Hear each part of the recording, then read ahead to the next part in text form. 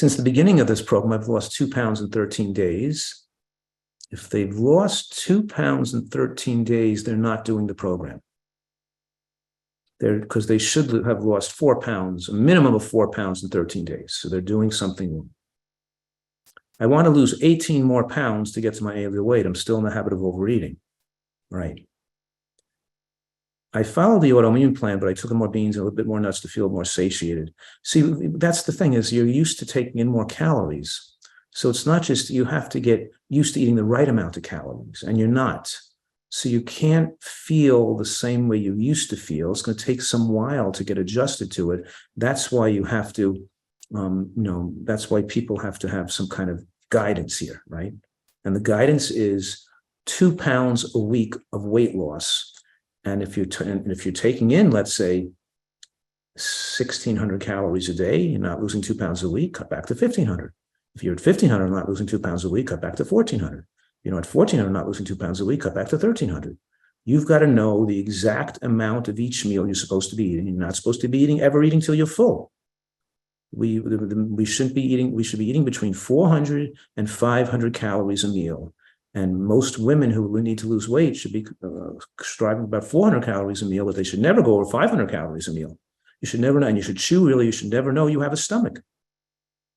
In other words, how does your liver feel today? How does your pancreas feel? How's your kidney doing today? Well, it's feeling fine. I don't even feel my kidney. I don't feel my liver. Of course not. You shouldn't feel your stomach either, is the point.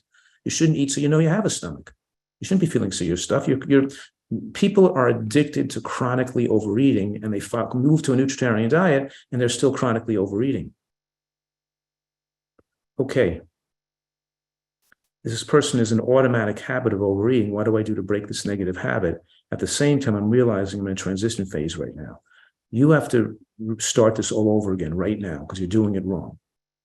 Because right now you have to set out for you the salad bowl and 1 bowl of soup and 1 piece of fruit, and that's your lunch. And you have to set out your dinner. You have to use the guidance of what we're doing here.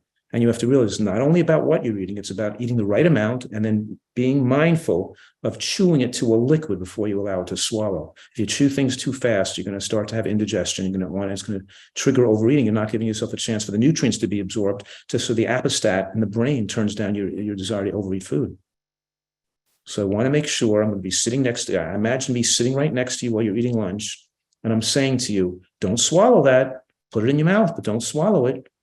Make sure now you can nod your head if it's completely liquefied before. So try to resist swallowing. Just keep chewing.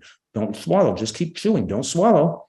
Now let me know, is it all liquid? Is there nothing there but a liquid? If you start to swallow some of that liquid, if there's no particles of food in there, chew it like 30 times. Make sure you're really getting that to liquefy, because this is going to take you a while to eat this big salad. It's a 9-inch salad bowl. We're not eating thimble-sized portions of food. But if you're not losing weight, then your calorie count in your diet should certainly be between, let's say, 12 and 1,400 calories. You shouldn't be eating 16 to 1,800. You should be in 12. If you're not losing 2 pounds a week, getting that 12 to 1,400 range, not going, that 400 calories a meal by eating, big portions of green vegetables, chewing it really well, and have the normal salad, 1 bowl of vegetable bean soup, and 1 piece of fruit for dessert. That's your main meal. And your dinner meal is also a bowl of vegetables and 1 fruit serving for dessert. And then, of course, you can have an unlimited amount of raw vegetables when you start out the meal. And you still, the nut and seed is constant. This is not hard to do. You have to break the negative habits